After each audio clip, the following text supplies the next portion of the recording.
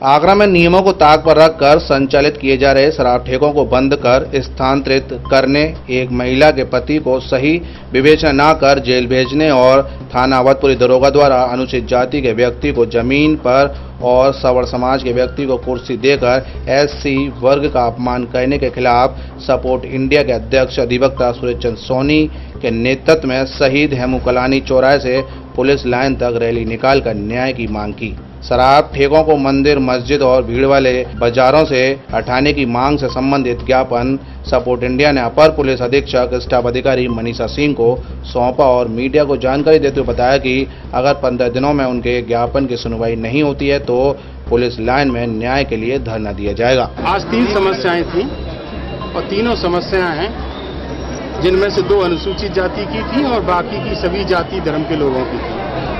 ये है कि आबकारी अधिनियम में 18 में अमेंडमेंट हुआ है जिसमें इस प्रकार के कृत्यों पर आजीवन कारावास की व्यवस्था है। तो हमने कहा कि जो संशोधन हुआ है उसके हिसाब से उन पर धारा लगाई जाए जिसमें कि आजीवन कारावास की व्यवस्था है।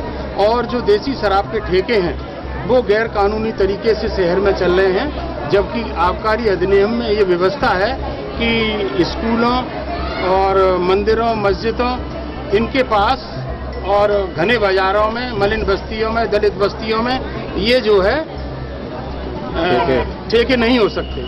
आजकल एक सिस्टम और हो गया कि पहले आबकारी अधिनियम में कलारी शब्द था, तो कलारी में लोग बैठ के पीते थे, देसी शराब खरीद ली और कलारी में पी ली। अब कलारी शब्द खत्म हो गया, फिर भी ठेके वाले पुलिस से मिलकर के वहाँ पर जो है शराब पिलाते हैं जिनमें झगड़ा होता है और वो कांच की बोतलों को जो है फोड़ देते हैं सड़क पर, बहन बेटियों के साथ छेड़छाड़ होती है। तो हमने कहा है कि कानून के अंतर्गत उन ठेकों को वहाँ से खत्म करके कहीं और जगह शिफ्ट किया जाए। 200 मीटर दूर रहने चाहिए स्कूलों से, दलित मोहल्लों से। और एक दूसरा ये है कि एक निर्दोष को थाना जगदीशपुरा की पुलिस ने जेल भेज दिया है। जब जिस क्षेत्र में सीसीटीवी कैमरे लगे हुए हैं, तो मेरा मानना है और भारतीय साक्ष्य अधिनियम इंडियन एविडेंस एक्ट में एक धारा बढ़ गई है 65 खा, उसमें इलेक्ट्रॉनिक एविडेंस को स्वीकार किया है अदालतों ने।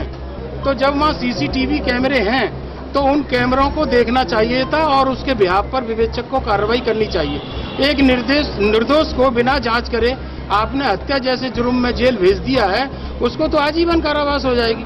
तो हमने इसमें मांग की है कि वो सीसीटीवी कैमरे जिनमें एक सरकारी कैमरा भी है उसकी जांच करके अगर उसमें हमारा आदमी नहीं है तो उसके पक्ष में रिपोर्ट भेजी जाए ताकि वो जेल से रिहा हो सके। एक अवधपुरी पुलिस चौकी है, वहाँ दरोगा जी हैं, वहाँ हमारे उच्च जाति के व्यक्ति को जिसका की मकान है उसको कुर्सी पे बिठा लिया दरोगा जी ने, और जो अनुसूचित जाति का है उसको नीचे बिठा लिया और नीचे बिठा करके उससे लिखवा ली कि मैं मकान इतनी तारीख को खाली कर दूंगा। ये पुलिस का काम थोड़ा ही है मकान को खाली कराना, ये सिविल न्यायालयों का काम है। इसके अलावा उससे एक मोबाइल छीन लिया और 3,500 रुपये उससे छीन लिए गए। मोबाइल तो वापस कर दिया, 3,500 रुपये वापस नहीं किए। फिर उसी अनुसूचित जाति के व्यक्ति पर और उसकी बीवी पर जो गर्भवती है उस पर 107(16) की कार्रवाई उसी दरोगा जी ने और कर दी है, जो पूरी तरह से निंदनीय। इन्होंने हमें आश्वासन दिया है अगर 15 दिन के अंदर इन सब मामलों में कार्रवाई नहीं होती है तो फिर हम यहीं दोबारा वापस लौटेंगे और फिर धरना देंगे। जब तक समस्या हल नहीं होगी हम यहाँ से जाएंगे नहीं। हाथों में समस्याओं के समाधान लेकर कागज लेकर भारी संख्या में पुलिस लाइन पहुंचे फरियादियों का ध्यान रखते हुए अपर पुलिस अधीक्षक स्टाफ अधिकारी मनीषा सिंह ने विवेचना कराकर न्याय दिलाने का आश्वासन दिया है। देखिए, सपोर्ट इंडिया एक NGO है जिसके यहाँ पर जो संस्थापक है वो आए थे और उन्होंने कुछ प्रकरण को लेकर के ज्ञापन दिया है, तो उसमें जांच करा करके और विधिक कार्रवाई की।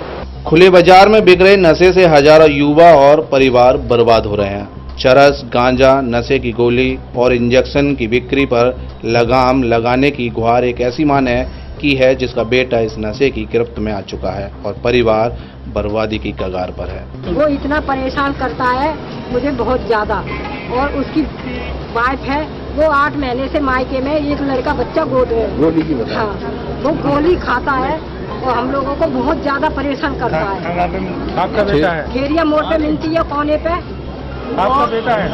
आपका बेटा परेशान? हाँ, और वो धंधौली में ही रहते हैं और ये इंजेक्शन बंद होने चाहिए भैया।